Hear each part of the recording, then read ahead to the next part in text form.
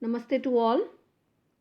Dear students, today we will be beginning with the third life process of 10th standard chapter number 6, that is transportation. As the name suggests, the word transportation will mean the transport of material from one region to the other. The transportation system in the human being is made up of two parts, the blood circulatory system and the lymphatic system. The blood circulatory system includes the blood vessels, and the heart. The lymphatic system includes a fluid called lymph. Let us come to the first system, that is blood circulatory system, which includes the blood, which is a fluid connective tissue. It consists of a medium which is called plasma, in which the different cells are suspended. The different cells, as we know, are the RBC, WBC and the platelets. The function of these are transportation of the different gases and help in blood clotting. The next part of the blood circulatory system is the blood vessels. There are three types of blood vessels: the arteries, veins and capillaries.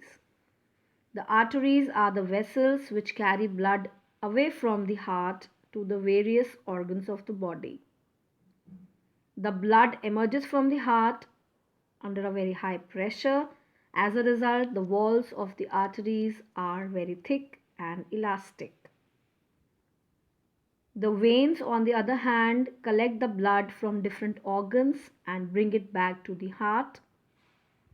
They do not have thick walls because the blood is no longer under high pressure here. The veins contain valves, VALVES, valves, that ensure that the blood flows only in one direction. The third blood vessel are the capillaries, which are the smallest vessels with one cell thick walls. These help in the exchange of material between the blood and the surrounding cells. The capillaries then join together to form the veins that convey the blood away from the organ or the tissue. The third important part of the blood circulatory system is the heart. The heart is a muscular organ which is as big as our fist, a closed fist. The heart has different chambers to prevent the oxygen-rich blood from mixing with the blood containing carbon dioxide. Hence, the heart is made up of four chambers: the auricles, the top chambers, and the ventricles, the bottom ones.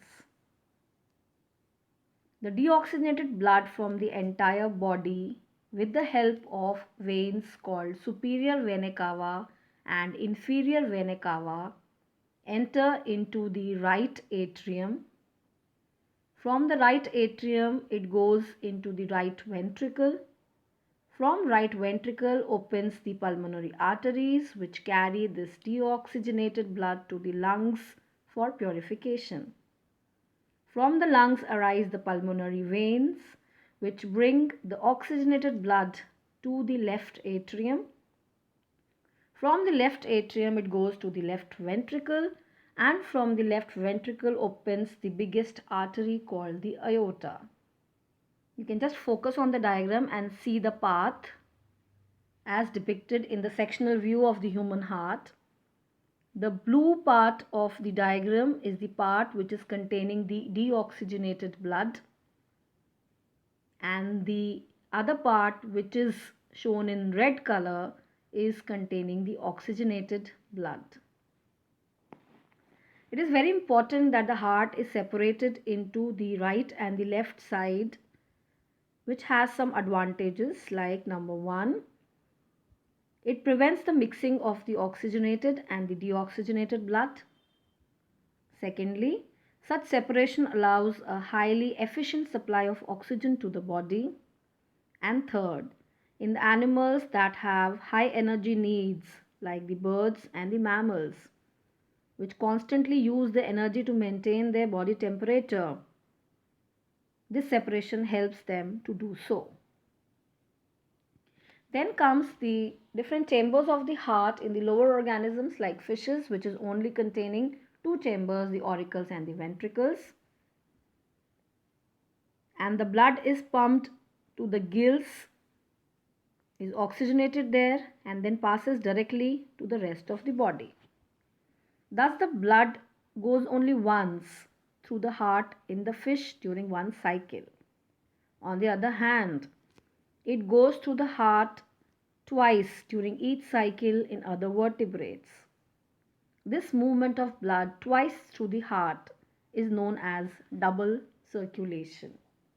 We can focus on the second diagram, the figure 6.11 of your NCERT book, which shows us the schematic representation of transport and exchange of oxygen and carbon dioxide, where we can see the double circulation divided into two parts, the pulmonary circulation and the systemic circulation.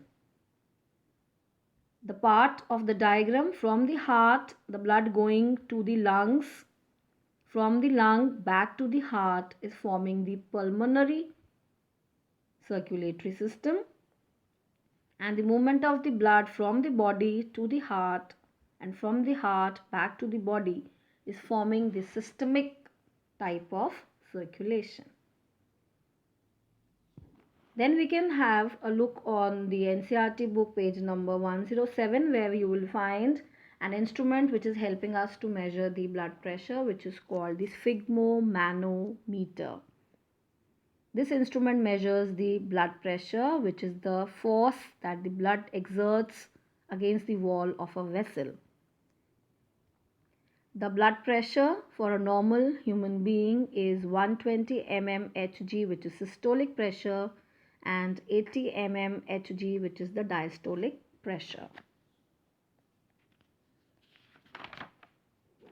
We come to the next part of the circulatory system, that was the lymphatic system, which includes another fluid which also helps in transportation, and this fluid is known as lymph or tissue fluid.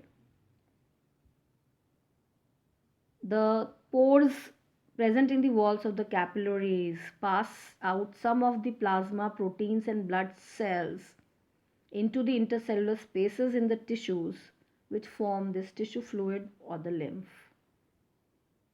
This lymph has very important role to do in the body, like it carries digested and absorbed fat from the intestine. It drains the excess fluid from extracellular space back into the blood and also helps to provide immunity. The next session of the topic transportation includes transportation in plants, where we will be dealing with the xylem and phloem in the next class. Please go through the NCERT book, topic transportation in human beings. Thank you. Take care.